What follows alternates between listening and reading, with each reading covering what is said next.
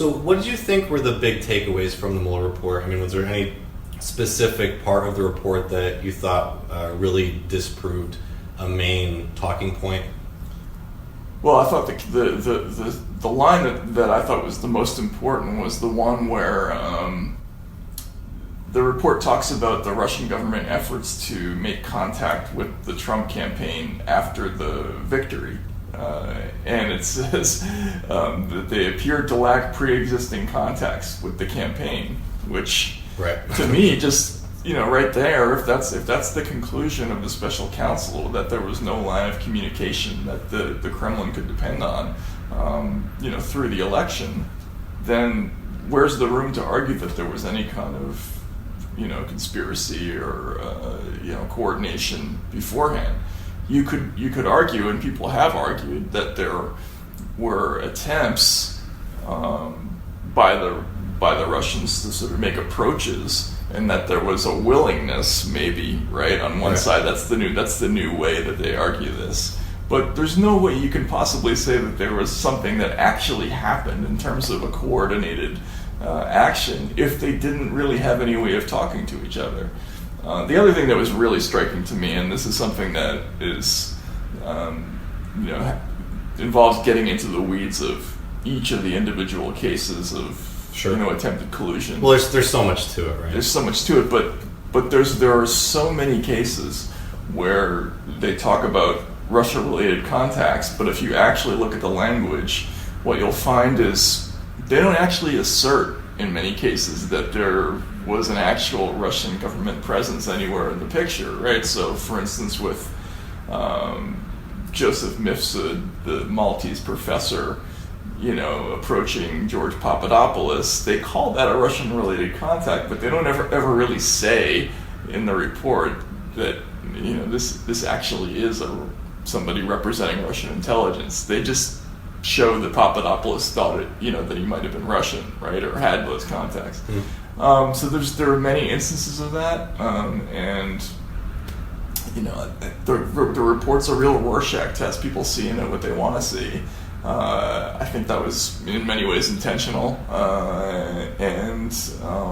but there's just no question that in terms of trying to establish that there was some kind of coordination or conspiracy, it just completely comes up blank on that score. Now, the obstruction stuff is, depending on your point of view, it's either extremely compelling or just merely interesting. But that's a lot weightier in terms of an actual investigation than the rest of it.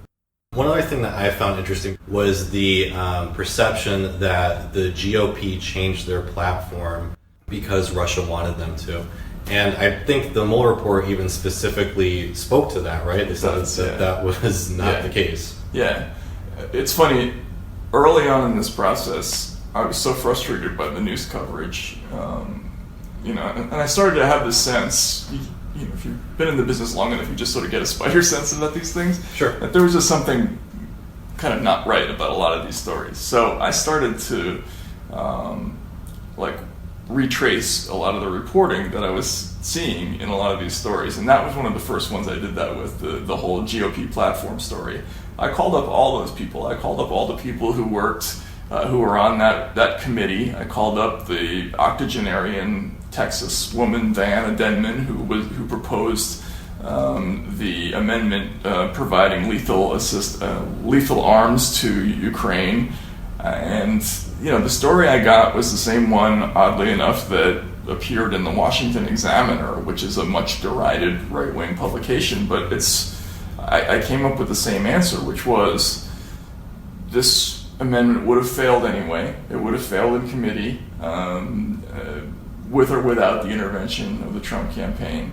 The woman who proposed that amendment, Diana Denman, she is a very nice lady who was, very, very nice to talk to.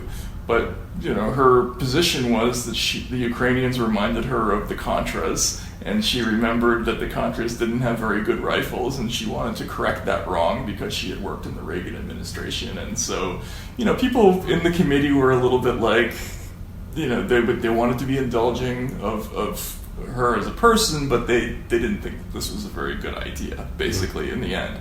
That wasn't universal. There were some people who were for that, but that idea wouldn't have passed. Also, the other thing is the final version of that amendment calls for sanctions. It calls for appropriate assistance to the Ukrainian armed forces, and if you compare the final GOP platform to the exact same thing in the Democratic platform, which doesn't call for either of those things, the Republican platform is actually tougher on Russia than the Democratic platform is. So, what is that story? Now, you would have to demonstrate that somebody made a call to that guy J.D. Gordon, right, who was the Trump representative in the room, and basically said, we don't want this to pass because Russia doesn't want that. That would be the conspiratorial version of that story. And, Mueller found that was not the case, that this was whatever Gordon did in that room or whatever recommendation he made, it was not connected to, coordination or conspiracy in Russia's election interference activities. That's the phrase you find in the report. So that whole story was kind of a canard from the beginning. It was one of countless such stories, that you could sort of bend and twist however you wanted depending on your point of view. I mean, the way I look at that story is it's kind of a jump ball. Yes, the Trump campaign clearly didn't want to provide lethal assistance to Ukraine, but neither did Barack Obama, right? I mean, so it's really an eye of the beholder kind of a story. I think that Trump ended up selling weapons to Ukraine, right? He did, absolutely. Yeah. So it's kind of stupid anyway, because they ended up doing what they supposedly were told by the Russians not to do. Right, and look, this also all presupposes that arming Ukraine is a good idea, right? I mean, having spent a lot of time in that part of the world, I personally don't think a proxy war with Russia over Ukraine is in the American national interest. I mean, I think if you knew anything about that entire region of the world and Ukrainian politics and the people who have a lot of weight in Ukrainian politics, then I just don't feel that way. And I think it's not clear that that's something that's in our national interests, right?